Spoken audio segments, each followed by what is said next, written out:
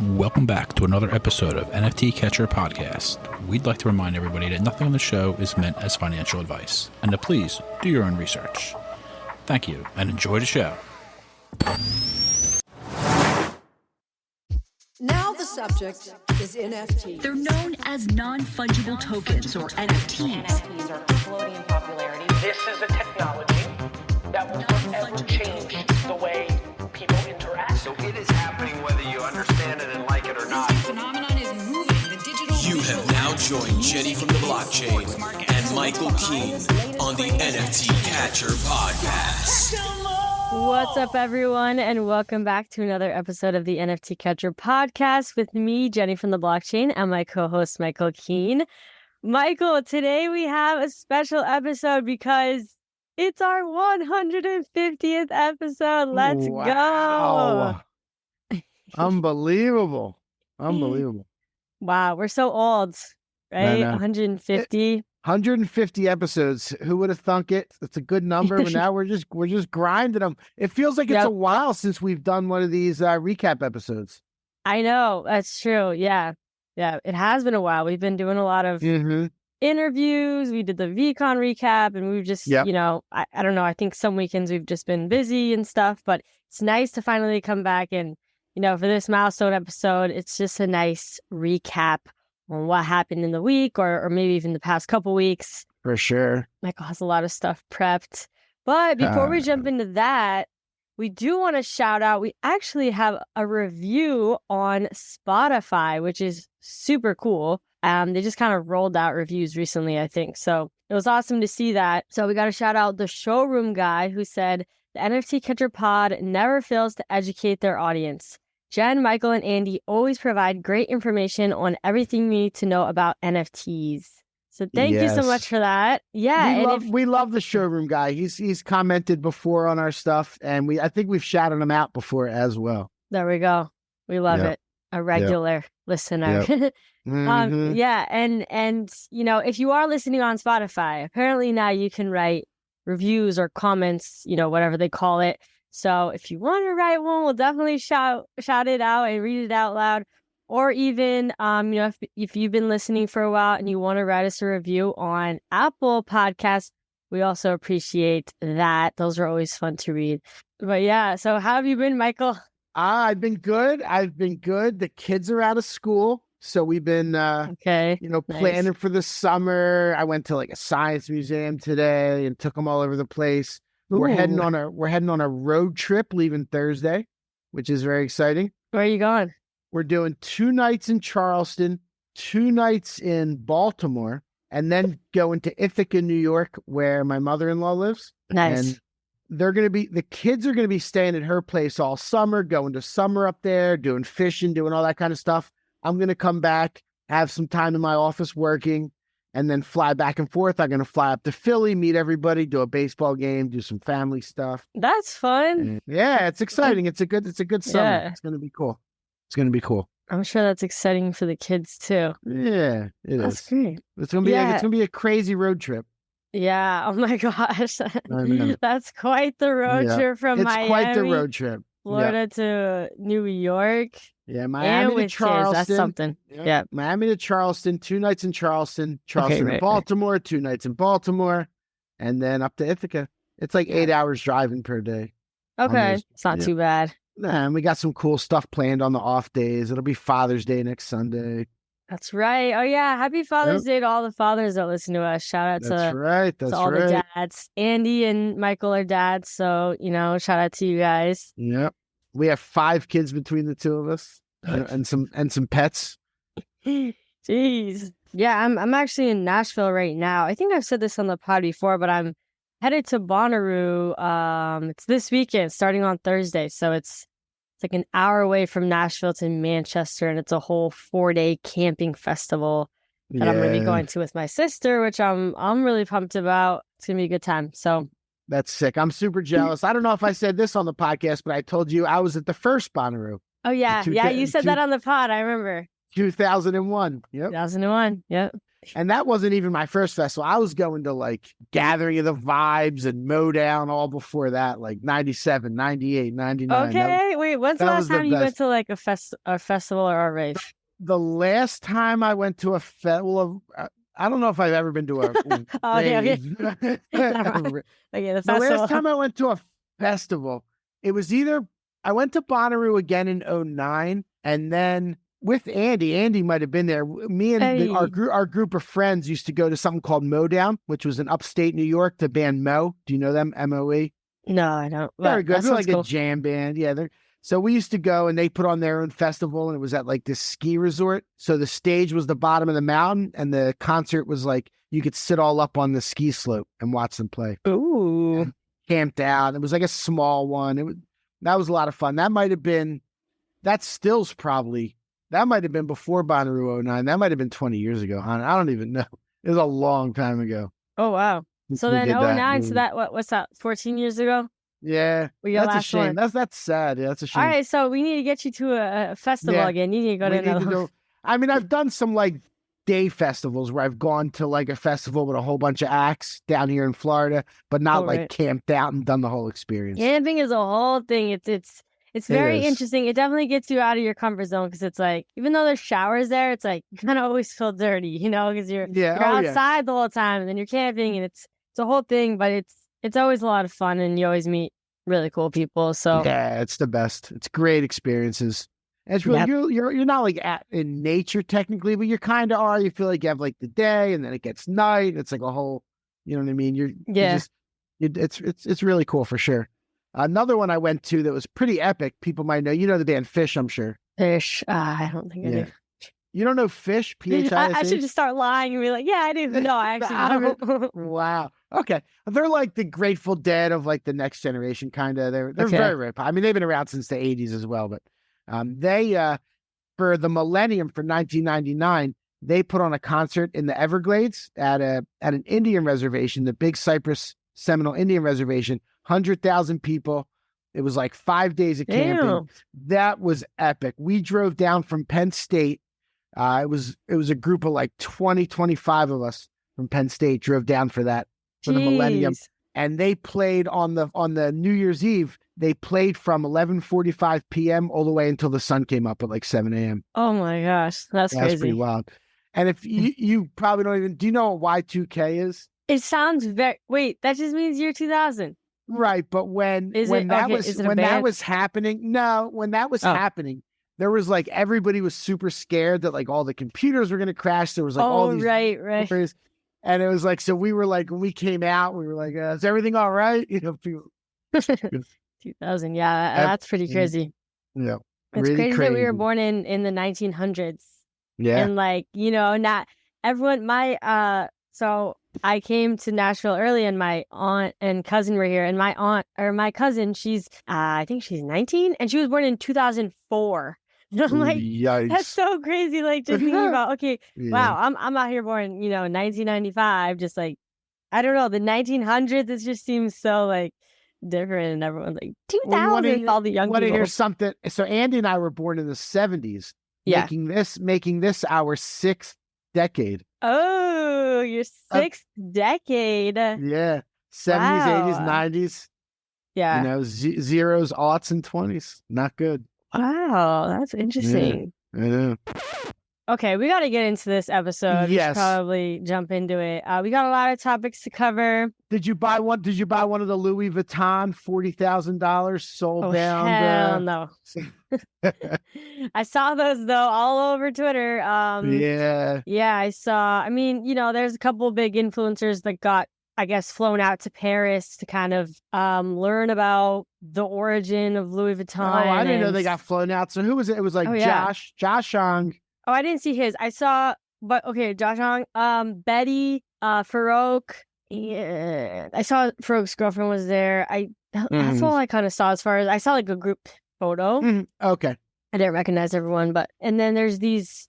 So basically, the soul-bound NFTs, so they can't be transferred, bought, or sold. Like literally, you just have to mint it for $40,000 and then it's yours forever in the wallet and it never goes away. And there's all these like, things you get from it and stuff. And you also get like the physical version of the trunk. So like, basically some influencers. Which you can sell that if you want. The physical? Yeah. You can sell the physical, right? Yeah.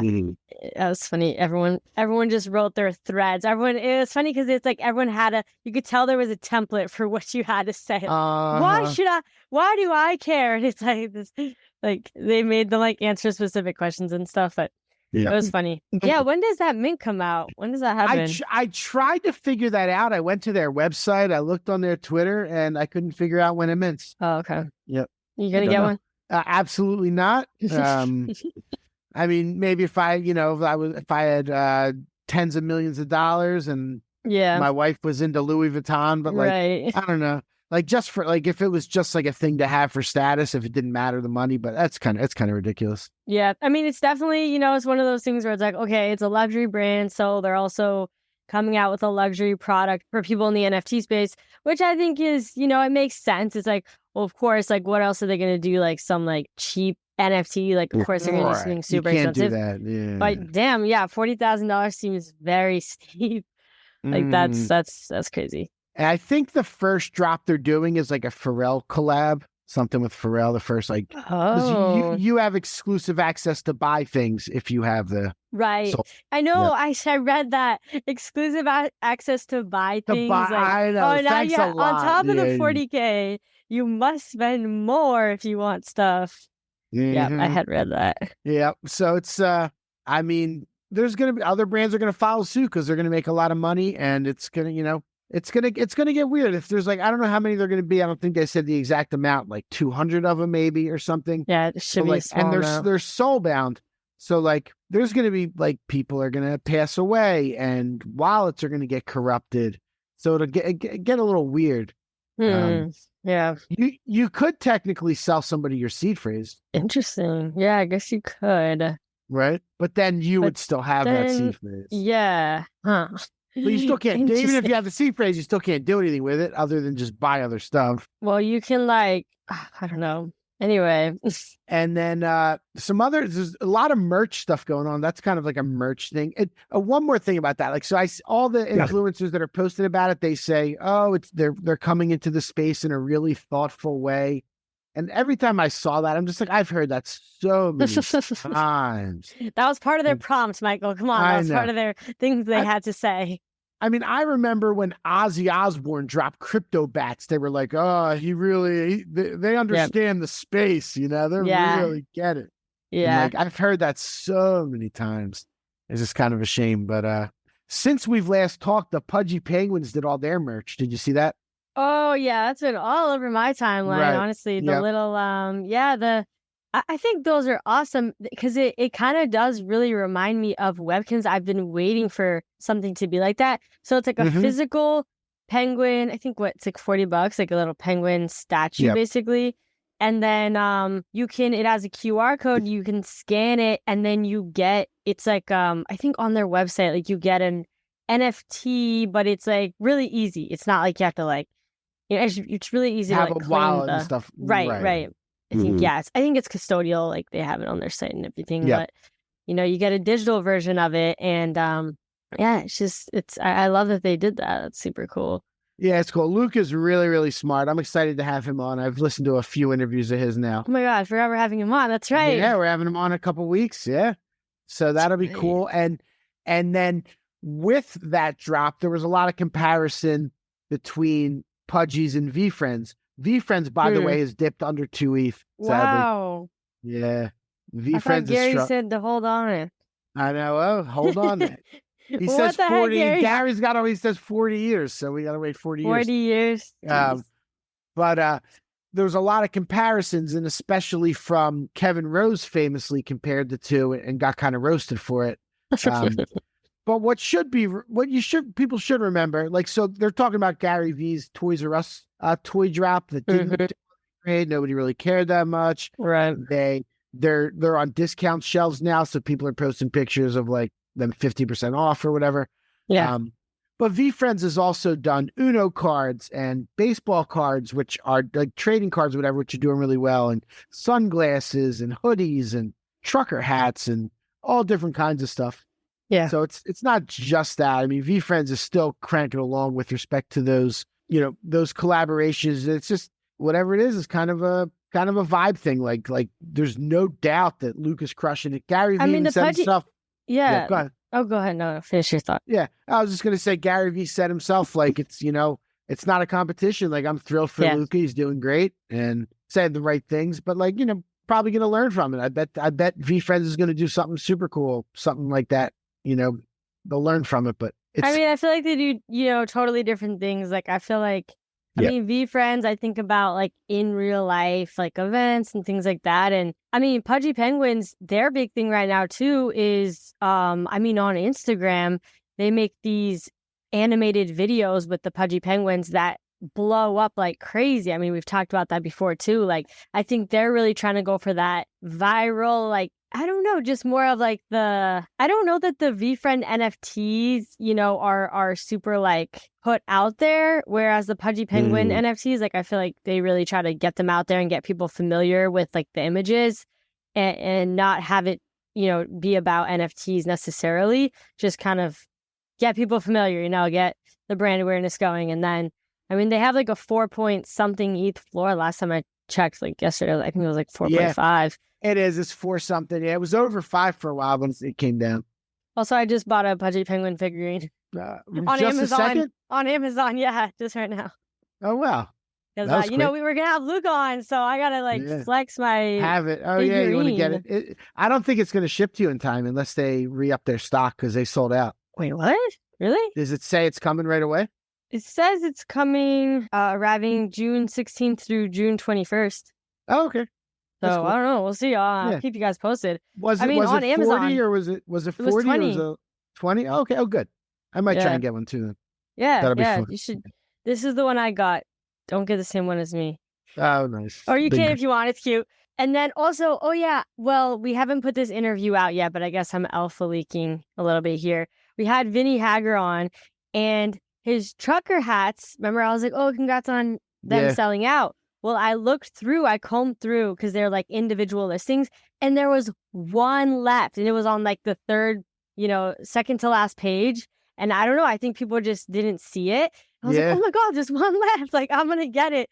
And they're like $60, I think. And so I ordered it, and it should be coming in soon. So I'll have to show you guys, but that's a great marketing. That's a great marketing ploy. There's only one left, everybody. And then it goes away, and then there's only one left. Just keep adding, like as soon as it sells out completely, like just add another one in there. Yeah. Damn, well, they got me. Right. Yeah, he got me. No, those are really cool. They're like with the puffy paint on them. He paints those by hand. That's sick. That's what I thought was so cool about it. And I don't even wear hats, but I feel like it'd be cool to just kind of have up, like maybe put it on my wall or something. Yeah, it's a piece of art. It's a piece of art. 100%. Exactly. Yes. 100%. Piece of art. 100%.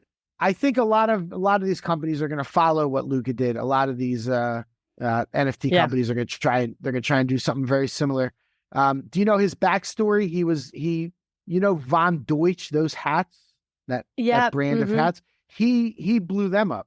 Really? Damn. Yeah. Okay, so he's just like a master marketer. Yeah, something. I want to, and he's like, and he knows it. Like he says, like it's going to be really good. I've never talked to him. I'm excited. I need to actually do some research on him. Mm-hmm. Really sharp, really impressive. The stuff he's done. Yeah. And he's young too, or he looks young anyway. Yeah. I met him briefly at Miami. At Vuitton. Oh no. Oh, Vuitton. Okay. Yeah, and he's like, I'm Luca. I'm like, Luca nuts. He's like, yeah. Nice. Wait, he ran into you? No, it was at. So you're like, oh my God, Michael Keane from the NFT Catcher Pod. It was at in Farouk's place. Stop. Ridiculous. Exposing once again. But speaking of Farouk, I saw your note. Yeah. Tell me about that. This was great. So they were talking about ordinals on Rug Radio, and I was listening, and Farouk was like, yeah, remember we had Casey on, and he came on our show because he said he's got 2 favorite NFT podcasts, and he said ours and NFT Catcher. Let's go. Yeah, I know. That was pretty cool. Greg Radio shout out. Love it. And he gave a nice little shout out to us. And so I've met Farouk a few times now. He actually knows me and recognizes me, which is nice. Oh, nice. That's cool. Yeah. I know Farouk gets a ton of shit. I'm sure, I don't know if he hasn't done everything perfect, I'm sure, but I think, he's just trying to do his best. And he's a likable guy for sure. Yeah, he's a nice guy. He's a nice guy. There's a lot of people in this space that have done a lot of shady stuff. Like the influencers, it's been 2.5 years now, and there's been a lot that's gone down. Price go up, price go down. People with different projects, people aren't part of their projects anymore. Yeah, all kinds of stuff. Yeah, people selling out. I mean, everything, and people, trashing people that sell to their audience, but then they turn around and sell to their audience, and it's right. We've seen it all. Have you seen all the crap Betty's been getting? It's a shame. I've seen anytime she gets mentioned, people will be like, and she chimes in and defends herself rightfully. Really? I haven't seen that. Yeah. I've seen recently, I don't know if you saw the network, what's been happening with that. Yeah, a little bit. What's been happening? Because I don't know too much, but I know that they what is it? They launched a coin, the network, and then they took all the liquidity out of it or something, and then I don't know, and then they just disappeared off social media. But this only happened 2 days ago, so some people were like, "Oh, but they're gonna be back. They're just testing people and blah blah." Who knows? But it's just ironic. Just the example of people saying, "Oh, all these influencers are trying to sell to you," and then they try to sell to you. I know, and then then don't literally. Don't hate on people selling to their audience if you're literally just gonna sell to your audience. Yep.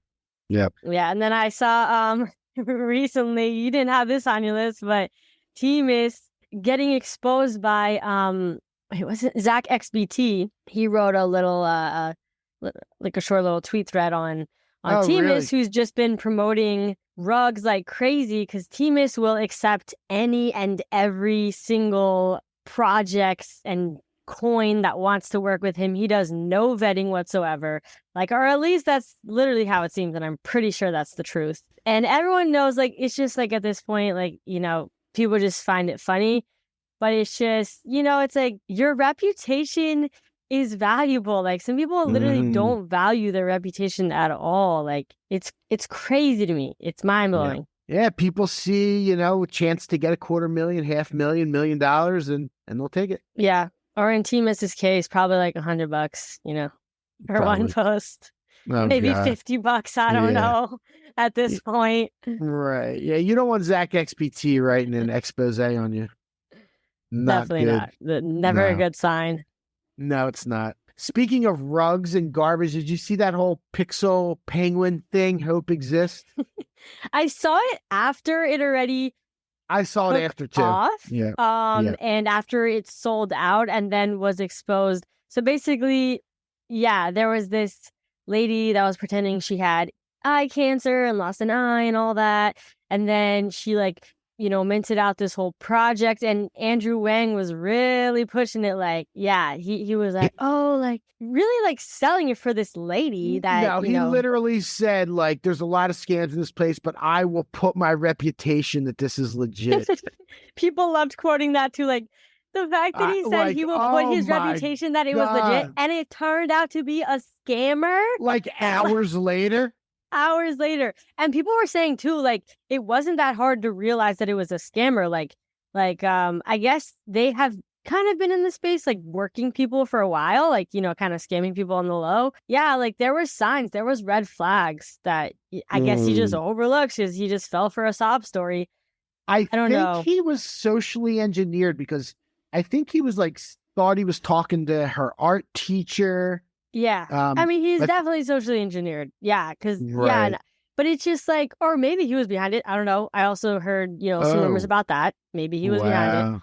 But regardless, that's why, I don't know, you have to be skeptical as a default, and you have to, I don't know, I feel like you have to be tough. You can't just be oh, like fall for anything and everything, like with, like your emotions. I feel like some people, they really let their emotions get the best of them. They're like, oh my God, that's so sad. Like, I feel so bad for you. If you feel bad for someone, you got to think about, wait a minute, are they trying to purposely get me to feel bad for them? Like, well, what's happening here? You should always be skeptical. And that guy has had so much controversy around stuff that he's done.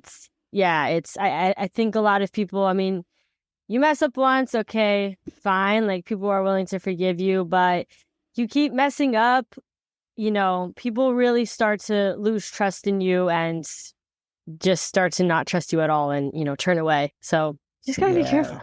Yeah, for sure. That's a shame, but he's definitely gotten caught up in it. He was the one that did that Zagabond, the famous Zagabond interview where he wouldn't let anybody up on stage and let Zagabond kind of. Yeah, and he did the art goblins. He was pretending to be like a 13-year-old on Twitter for the, it was just part of the art. Like, that was really weird. That was kind of the weirdest thing. I was like, what? And it was like, so like, basically he ran this account that was like impersonating a 13-year-old, but he would like make references about like, kind of like sexual references. So that's why it was so weird. Cause it's like, it's from a child's account. Like, it's supposed to be a 13-year-old. Like, what? Yeah, that's not good. It was like, I like to smell my own goo. That was one of the things he tweeted from the account. Yeah. No. So everyone like hated him after that. Yeah. So that's why I guess I'm not surprised about him being involved in another, scandal, I guess. But yeah. Yeah. I guess he's gonna have to disappear for a while. That's not gonna You might want to change industries. Yeah. He's like represented by some big talent agency or something. I don't know what they do. They represent everyone. I see everyone's bio saying by United Talent. Like, I don't know. Yeah, I guess. I don't even know what that means as well. No, I mean, okay. Anyway. I don't either. All right, what else we got going on? A bunch of influencers are hacked again. Franklin got hacked for like 2 days. I kept sending money to that address. I didn't know. Liar. No, I did not send it. Okay, I'm like, you did not. And Cole Ethereum got hacked. Both of them still don't have their accounts back. Oh, well. Who else got hacked? Oh, wait, who was it? BitBoy. His that Twitter guy, that hacked, but he got it back. And then some people are starting to say, like, they're starting to think maybe some of these influencers are getting paid to get hacked or they're behind the hack. Like, there's a lot of I don't know. There's a lot of speculation popping up about why a bunch of people are getting hacked right now. So that's kind of interesting. Yeah. I guess we don't really know the truth. I didn't look to see how much money got sent around to those. Like, I wonder how much money got sent to the Franklin one. People, you got to be crazy if you just see something and just randomly send money to the address. I know. Like, come on, come off, people. I want to interview somebody that does that. Like, what is the mindset? I mean, maybe they hit one time in the past doing that, and then they're like trying to chase it. I don't know. One of those things where it's like you just have to go for every opportunity, and something will happen. Like, it's just, I mean, DGen's gonna degen. I know. The Apple glasses. This isn't necessarily Web3 or NFT, but that's kind of cool. Oh, right. What are they called? Yeah. They're and then So I was, my coworker and I were kind of watching the presentation. Mm-hmm. And then it was just so funny. Like, everyone was speculating on price. Like, even on Twitter, like, you see people like, oh, it's going to go for 2,000. Oh, maybe 3,000. And then the price drops and then they reveal the price and it's like 3,500. And everyone's like, whoa, what the heck? Why is it that much? Mm-hmm. But, I mean, I think, the first wave of people are just going to be people that are like, I really have to have this. I don't care about the price. I want it no matter what. And then, the people that are willing to be patient and wait for kind of like the improved version, will wait. And I'm sure it'll be cheaper next time around. But yeah, that's very interesting. That's very interesting. It is. I'm really excited for like mixed reality. I want it to be like glasses like this, but I'd like I'd be in the grocery store and looking at the different things, and I'd like to get information about them. You know what I mean? Or like, right? Yeah, the goggles are kind of really awkward. Like you don't. The wear goggles are a lot. The goggles are a lot. They look like ski goggles if nobody's seen them. And it's like, are you going to wear those in public? And then for your eyes, it's weird because it like, I don't know. It's like it's a camera on the outside to show you the world. Is that what you mean? No, like it shows like your eyes, but they're not actually your eyes. Like the goggles aren't see-through. It's like a video of your eyes or something like that. Yeah, something weird. That's I don't know. weird. It's like trippy. That is weird. That is weird. Like it can't be great for your eyes to be walking around looking at video all the time. Like I know it's definitely not. I mean, like, we are looking at screens 24/7 if you think about it, and not 24/7, but it's like you think about how much time you spend in front of your computer or your phone. Like it is a lot of time. Yeah. But something literally on your eyes, like right there. Know. People are going to start. I wonder why we have an uptick in eye cancer. Oh no! Oh my God! Yeah, true. That is true though. Right. So, but you're going to meet people and like their bio, whatever they want to say, will be above them, just like on Twitter. You know what I mean? It'll be like, I'm a CEO of blah, blah, blah, blah, founder of this and that. Oh my gosh. Yeah. Yeah. There's all kinds of applications, like being at a sporting event and looking at a player and seeing all their stats and things like that, and who they are. And it's good. I mean, that mixed reality, that whole AR, MR, that's really interesting to me. Yeah. It's so crazy how fast things progress. Yeah. Because I don't know if I've said this before, but right now I'm reading this book called Permanent Records by Edward Snowden. And he, like in the beginning of the book, he started talking about when the internet first came out. And that was in, like the 1990s. And just to think that the internet came out in the 1990s and it's already so advanced, like, and everything. And he was also saying it was very, like, basically very, like, decentralized, during that time. And there was, that was before everything was censored, and you can kind of assume different identities and say whatever, and people really cared. Like if you ask a question, people would really care because there wasn't that many people on the internet, so they would really it was like, oh, you're on the internet, like not everybody was on the internet. Now that doesn't even. It's like, of course everyone's on the internet. Like if you're an adult, you're on the internet unless you're like super old. It's just so crazy to think that. Okay, that was 30 years ago. So what's going to be happening in 30 years from now? Oh, and then with AI, what's happening with AI? Like mix that in. Can't even imagine. Exactly. So it was 26 years ago. I graduated high school and went to Penn State, 1997. I didn't have an email till I got to Penn State. They gave me my first email address. If I wanted to send an email, we had to go. They had computer labs where you would go and there'd be like few hundred computers like in this big huge room, and people would all be at the computers. That's how I would have to send an email. That was the only way that I could communicate with my high school friends back home, was like sending an email. Wow. Or they could call my landline in the dorm room from their house. You know what I mean? Like we didn't have cell phones. I didn't get a cell phone till 2001 when I was leaving college, but like the early on in the internet, like getting directions when we would drive from Penn State to Philadelphia, you better know how to go. And it's or you need easy. a physical map.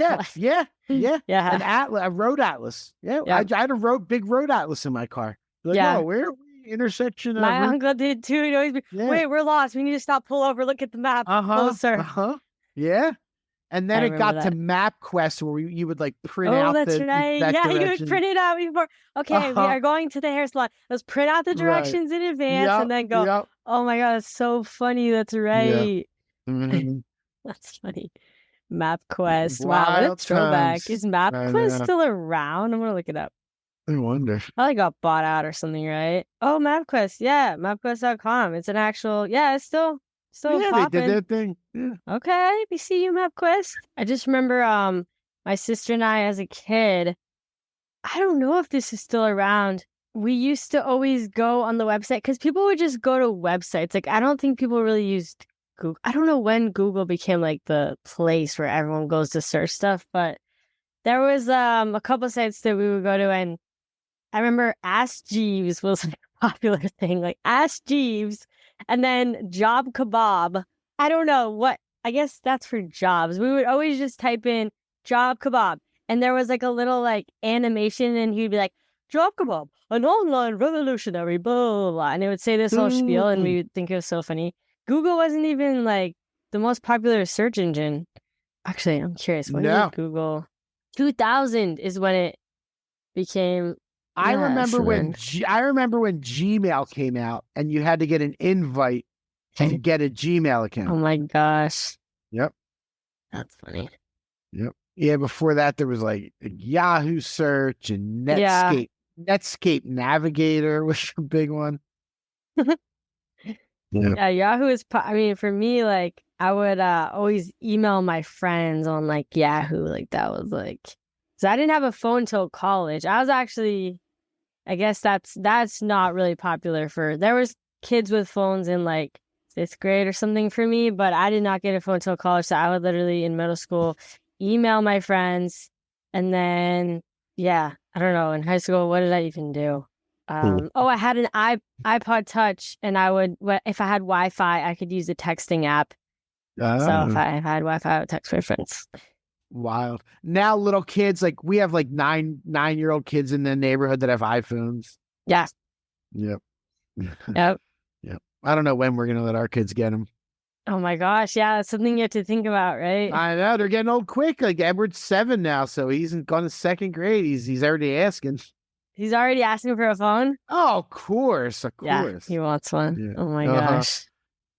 Just awful. When are you thinking, are you like, okay, not till he's this age, or? It's going to be hard to avoid it. The one good thing about it, though, is the parents can communicate. Like I took Edward and this other kid from the neighborhood fishing, and he was 9 years old, and he had his own phone, and his mom's like, "You okay? Is everything all right?" So like, that's kind of cool. And you could track them, because I really do want to be able to track my kids. Like I think about that now when we go places. Like I wish they had like a bracelet on where I could like track them.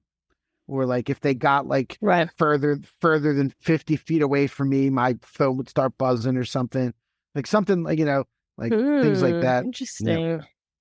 Yeah. Because now they're getting like more independent, and they're like, they're doing their own thing and running off and all that stuff. Yeah. I guess that makes sense when they're a kid. I remember I had a friend that was in college, and her parents tracked her. Like her parents were like, and now it was like horrible, because like, and they were like overly, but they were also really rich, so they were like always afraid that she was gonna get like kidnapped or something. So they were just, and if she went anywhere that was like somewhere that they didn't know, they'd be like, "Where are you?" They're like, and she always had to check in. Like it was so like, they paid for everything for her, and she she could get whatever she wanted, but she didn't have freedom. And that, like, that to me is like, that's the number one.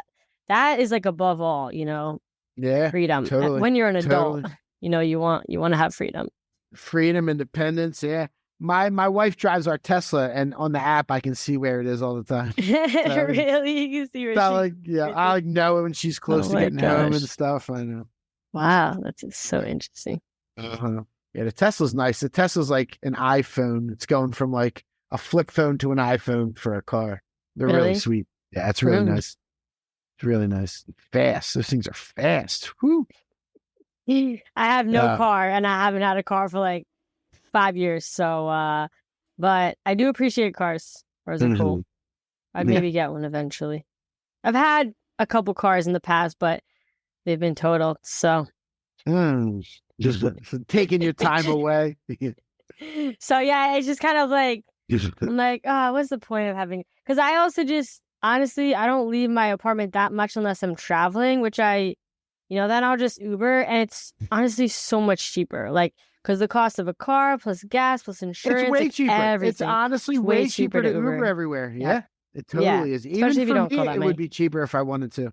Yeah, and if you work from, like, I work from home, so it's like I don't have to go to work every day and stuff. So it's just a tiny bit of a pain. Like if you want to go grocery shopping, to call to Uber to get there and call to Uber to get back. No. So I mean, I do like Whole Foods delivery to my house. Oh, cool. So you just get groceries delivered to your house. Yeah. And then I guess the only thing is like, if I need like furniture and stuff or what, I don't know, like more big ticket items, like if you don't want to order even it online. All that gets delivered now at this point. It's true. It's just like, okay, then you have to put it together and all that, but yeah, right. Yeah. Yeah, you can literally order anything these days online. Even putting it together, like they have services like from those companies that usually send someone to put it together for you. Yeah, that's true. But then you're paying for all those luxuries. Yep. Let me circle out. Do you know Kyle Riggs? He does like he's part of DJ Network. He does the yeah. I thought he was like a famous person. I was like, no. But yeah, I was NFT. like, oh yeah, the NFT person. I know them. Really good dude. I've known him for a while now and listened to his show. We hung out in Indianapolis for a little bit, but he hit me up today and he's working with Boardroom Ventures, which is actually Josh Ang's company. We mentioned him earlier, Boardroom Ventures, but they're doing a really cool charity project called From Hunger to Hope. And they're trying to feed 20,000 people. There's artists Jeremy Coward, Julie Pacino, Rachel Wood, Sad Girls Bar, Tennessee Loveless, some really good artists. They have an open edition going right now, but for the next couple of weeks, they're doing auctions and open editions and trying to raise some money for this charity. Nice. So I wanted to give a shout out. The website is fromhungertohope.xyz, but I would suggest finding the link on your own rather than just typing that in, going to Boardroom Ventures or Riggs's Twitter page. Really good people. Riggs, I know, is a really good dude. I'm a big fan of his. And so I want to give that shout out. But this looks really cool. And like the open edition going right now is from Jeremy Cowart, and it's only 0.028. And it looks like the claim closes. What is that, like $5 or something? It's like $34 if I had to do some quick math. Okay. Yep. Oh, wait, whenever you say the 0 before the decimal, I always kind of assume it's after. Yeah, right. Like 0.08. Why don't you just say 0.08? Not 0.02. Yeah. But so every $50 goes to feed 5 people, it says. Jeremy Cowart's doing it right now. There's been 11 minted. There's 3 days left on this one. Are you going to mint it? I'm going to mint something at least from this. I'm going to look through it. I might do Julie because I'm a fan of Julie's and we were on a panel together in LA. So really? That might be the one I do. But I'm going to look through what's going on. Right. Rachel's a photographer and maybe she has some cool stuff. So I'm definitely going to mint something to contribute, but I want to take a look and see what to mint. I got to look a little closer. Yep. Have you minted anything recently? Because I've actually minted some NFTs. Oh, really? Bought on the secondary. I've minted almost nothing, bought almost nothing. I've just been really watching. There's things I want, but I'm just, it's been so ugly. Like I'll buy something when there's like a utility I want or something like that. There's been a couple things that I've itched to buy and I've thought about. Like I'm ready to make a move on. Like if I buy something, honestly, I want to buy like 20 of them. I want like I want to like make a move. I want to make a move because it's been a while, Okay, well, you would do it to flip versus I'm just doing it to like maybe buy keep a couple, but like try and make money. Yeah, I right. I theoretically would buy something just to buy it, but right now, I don't know. I'd be looking into something like that. That's fair. Yeah. Recently, I minted the figure got actually. That you did? Okay. I did. I minted one of those. So I have one of those. Did you get a nice one? They didn't sell out, right? They sold only a certain amount. It just sold like 2,500 or something. I want to say, which is a lot. But they've been grinding for a while. They've been really a long time. So I wanted to support. Yeah. So and they look really awesome. But I didn't get anything like super special or anything. But Monica had come up with like a DAO project. I minted. I saw that. Yeah. Dolphin, and then Women in Weapons by Sarah Bauman. I bought one of those on the secondary for like 0.038. So, and that was cool. I just bought it to keep it. I think I still have one. Oh, really? I actually never had one. I was like, oh, somehow I never had one of these. Well, we had her on the pod like a year ago, or maybe like 6 months ago or something. And then I bought a full send meta card for 0.25, which is like do you know like the Nelk Boys? Yeah, I'm familiar. Okay, I actually didn't even know about them until maybe like a month ago, even though they're like super popular and they have like the Happy Dad beers and all that, or seltzers. And I was watching because they do a lot of like, I mean, they used to do like a lot of pranks and stuff, and now they'll do kind of like vlog style videos, which I'm really into. Like, I don't have TV, so I watch, like, my thing I do is like I'll binge watch like YouTube videos and I'll just deep dive into like, you know, a certain creator. So the Nelk Boys was a channel that I just kind of was just like watching a bunch of videos of because they're very entertaining. I know they're kind of more like bro culture type thing, but I was like really into it. And I was like, you know what, this is really cool. Like I just wanted to like have their NFT that they came out with. So I bought that, but it was quite a lot. 0.25. Yeah. Like, I don't know why I was compelled, but I just, I guess they sold me. So yeah, I bought one, and it's been kind of fun, like shopping during the bear, because it's like things are really chill and things aren't going super quick, and prices are kind of like steady and low, and not, you know, like all-time lows and stuff. So it's just a nice time to like, if there's things that you're really looking at, you want to pick it up, like it's just a nice time to kind of pick stuff up. It is. Yeah. Oh, how about that? Dgens.finance actually just made a decent update to their rankings today, because I was looking at it earlier today. They literally just updated it because I was looking where to change from 7 days to 30 days just to look at some prices. But they put the 24-hour floor change, 7-day and 30-day all right on the front page. Nice. That's awesome. Yeah, really cool. They did that for you. They know you. Yeah, like I know. Thank you, guys. Thank you, OSF and Mando. For our 150th episode. I know. I love this website. I mean, I'm on this website multiple times every day. It's where just get a baseline for what's going on in the space. Yeah, that's awesome. Dgens.finance. So what were you trying to go over the charts? Should we go over the charts? Well, yeah, you want to talk some prices? Let's see. Do it. Yeah, Bored Ape, super steady.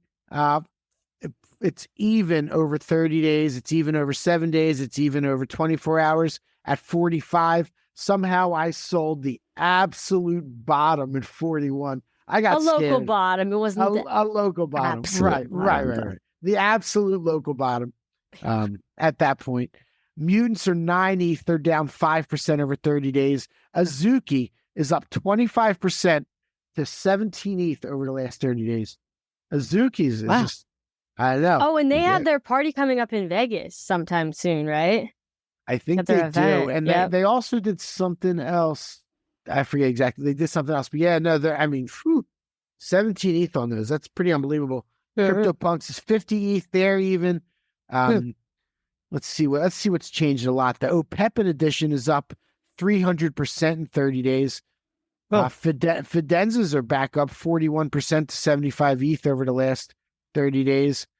Let's see. Yeah, there was a really big Fidenza sale the other day. Did you see that? I did for like a million something, right? Oh, no. Was it? Oh, I was talking in ETH. You might be right. I thought it was like 200 something ETH. Yeah, I think you're right. No, you're about right. That's like 500,000. Nice. Let's see if there's any other big movers and shakers. On-Chain Monkey's doing really well. They're up to 2 ETH, 61% in 30 days. Cool Cats, yikes, 0.56. They're down 20%. Oh my God, they finally made it below my buy-in price of 0.69. Oh, wow. Clonex 2.38. They're down. Where the Doodles at? Let's see. Doodles, I think, are 2.2 ETH right now. 2.16, down 8% over 30 days. Jack Butcher still crushing it. The checks, the Opepin edition, that's all doing really well. Yeah, VFriends 1.82, down 20% over 30 days. When's your FaceTime, Frog? I did it with Gary about 6 weeks ago, but like I didn't know it was. I didn't know tell us about this. I know. I told Andy. We talked about it. I didn't know about it till the day before, and I was like totally unprepared. And we just went on and talked like football for 5 minutes. So it was just kind of like not awkward, but just like I don't know. We just talked about the Eagles and the Jets. Shoot the shit. It wasn't it. Yeah. So the next one, I'll do something really good for next year. Oh, you still got another one? Okay, I thought that was I have one more. I have one more. Oh, okay. When is your next one? Next year or something? Yeah. Well, there you go. But You got it'll be plenty of next time year. to, Yeah. I can let you listen to the it. one. It wasn't really podcast worthy. It was just me and him, just like, I don't know. It was a weird. Okay. What do you guys think? Should we post it? Yeah, probably now at this point, we're going to have to. One of our other favorite projects, let's change the subject real quick. Did you see BY? No, I'm just joking about changing the subject, but did you see BYO Pills dropped a light paper? Did they? Well, what is what did it say? Did you read it? It did. Yeah, I did. And then I put it into Chat GPT to oh, that's smart. I put everything in give me the TLDR on this. Yeah. I asked Chat GPT today. I was like, hey, what are the 15 things that are important in Web3 in the last 2 weeks? And did it come up with our topics for this week? No, it didn't come up with our topics, but it's some of them were on there. Okay. So let's see. Well, as far as BYO Pills, it doesn't really talk about too much. It just talks about the ecosystem with the pills, which led to the minting of the apostles, and there was the vape and the craft and the land, and the pill service consumables is part of the broader effort to promote digital ownership. The apostles are fully rigged 3D. They come with 4 tiers of rarity. The apostles are playable in the BYO verse and future BYO studio game launches. Like, it's just all these games. Like, it was all the whole game thing. Nobody just was able to do it. But I'm glad to see they're still working, which is nice. Yeah, they're still building. I think I still have a full set of their stuff. I do. I actually looked through mine, and I have 2 pills, and I have a decent amount of stuff. But one of my pills is ranked number 600 out of 10,000, and there's an offer for 0.13 on it. Oh, and the floor is what? Well, the floor on one of the traits is 3 ETH, but I don't think that means it would sell for that. Whoa, that's okay. I'm probably gonna list it for like an ETH and see if I get lucky. Yeah, true. You never know. Some super fan might be like, "Oh my god, this is the pill I've been wanting." Yeah. It's got an acid bottom, so if anyone's looking for an acid bottom, hit me up. It's very rare. Also, okay, one more thing I did want to mention is that Swicky, who we had on as a guest a long time ago, and she's a good friend of mine in the space, is running for ApeCoin Special Counsel. So if you have any ApeCoin, you can vote for her, or you can vote for any of the other people running for Special Counsel. Cool. I got to look at that. I have ApeCoin. I'll vote for her. Oh, nice. Okay, let's go. That's a big deal because you get paid a good amount of money for doing that. It's not like the Yuga Council. I'm not sure what the Yuga Council gets paid, but the ApeCoin Council, they're getting paid. I think it's a lot of money. Is it? I don't know if it's like a lot of money, ApeCoin. But this is a different thing. This is the Special Counsel. So I think this is like a different, I don't know. I'm not really sure, but I think or maybe it is like a full-time thing. The ApeCoin DAO members began their tenure on the council, each receiving 20,000 monthly in ApeCoin. Whoa. Yeah. Oh, so is this the same thing as that? I don't know, but that's $250,000 a year, as long as ApeCoin doesn't tank. True. Right. As long as it doesn't go to zero. You're getting paid in some Ponzi coin. I mean, geez. That's what makes it risky. Yeah. Well, you cash it out each time too. Yeah, true. But that's probably shady to be on the council and get paid and cash it out real quick. Yeah, everyone's like guiltily holding it. Like yeah. But no, that's incredible. I don't know if it's the same or not or what it is, but I'll look into that because good for Swicky. Yeah. Go Swicky. I didn't realize it was them. I might run for that.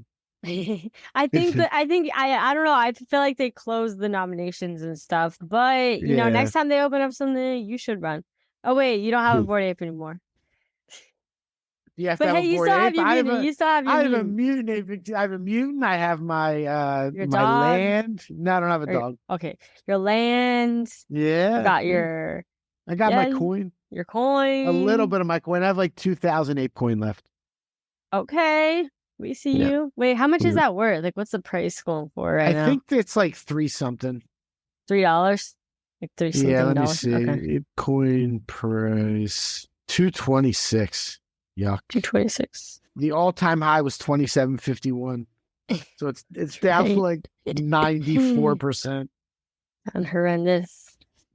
I did good. I sold like half of mine at like $15, and then like 30% of it when it got up to like 20. I sold like wow, that's really good. I did really well. Impressive. And that was all within the first couple of days of the airdrop. Yeah.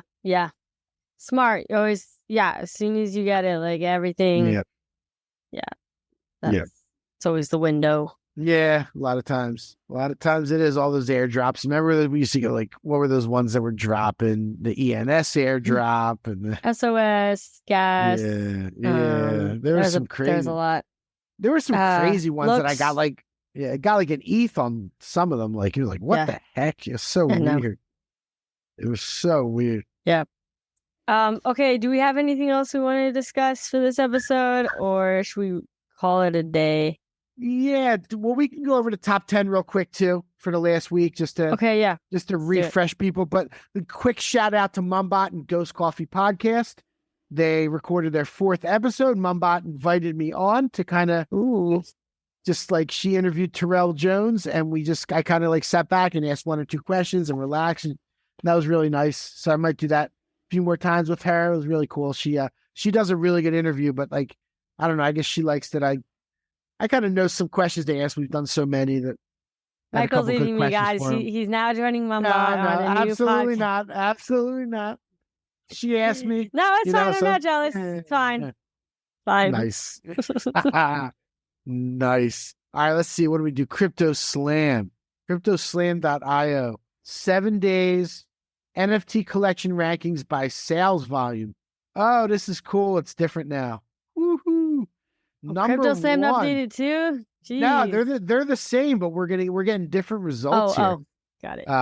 Number 1 is uncategorized ordinals on Bitcoin.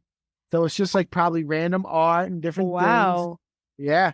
11 million in sales volume.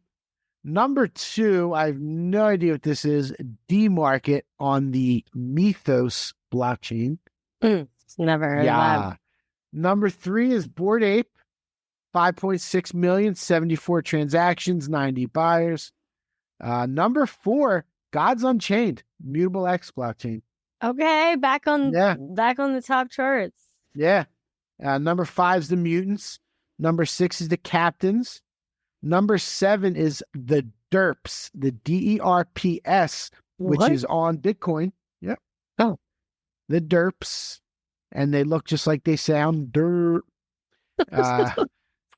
Number 8. Number 8 is your favorite project, Azuki. Let's go. Yes. Go, Azuki. Number 9 is So Rare, the soccer platform. I think they also do a couple other sports now. Number 10 is Art Blocks. They've done a lot on Art Blocks. But even like 11 and 13 are also Bitcoin, BRC20s. Wow. But Bitcoin is popping off. Bitcoin is crushing it. I think I saw like, let's look at you can look at the blockchain volume. So 7-day blockchain volume, ETH is 83 million, Bitcoin is 28 million. But to listen to this, so they say Ethereum, 83 million in sales, 161 million in wash trading for a total of 245 million. Bitcoin, 28 million in sales, 14 million in wash trading for a total of 43 million. Ethereum has 61,000. It says buyers, but we'll say unique wallets. And Bitcoin has 24,000 unique wallets. Both of those are down about 50% from the week before. Then you have number 3, Solana. I don't know what the Mythos chain is. Same. There's 21,000 buyers. They did $8 million in volume, more than Polygon. Interesting. Yeah. Avalanche is struggling, 114,000 in volume. Yikes. The Wax blockchain. Oh my God. Oh, that's your favorite. Oh, yes. Your favorite Wax blockchain. Yes. We never got the most amount of 1-star reviews then when that what we said. One tiny little comment about Wax. And pitchforks came at us. I know. That was like, anymore. Yeah, that was a long time ago though. That was a long year and a half ago probably. Yeah. I still have my old Wax wallet. I should look in there. Same. I'm like, what? I still have NFT. I know there's so many. I really need to like one day just think about all the NFTs I have. Yeah, exactly. Atomic Hub. Yeah. I remember that. I still remember that. Cool. Well, amazing. I guess. Yeah, that's it. That's all we got. If you listened all the way through, then thank you. We appreciate you. I got to throw this reminder out again. If you haven't written a review, this is a great episode to write a review on because it's our milestone, 150th episode. 150. Yes, which we're pumped about. And, we're just going to keep going. We're going to keep grinding it out, keep putting out episodes and, entertaining, educating, all that. We love recording podcasts. We have some amazing ones planned as well in the books. Yeah, we do. So, with that said, thank you everyone for tuning in to this episode of the NFT Catcher podcast. We will catch you in the next one. Peace.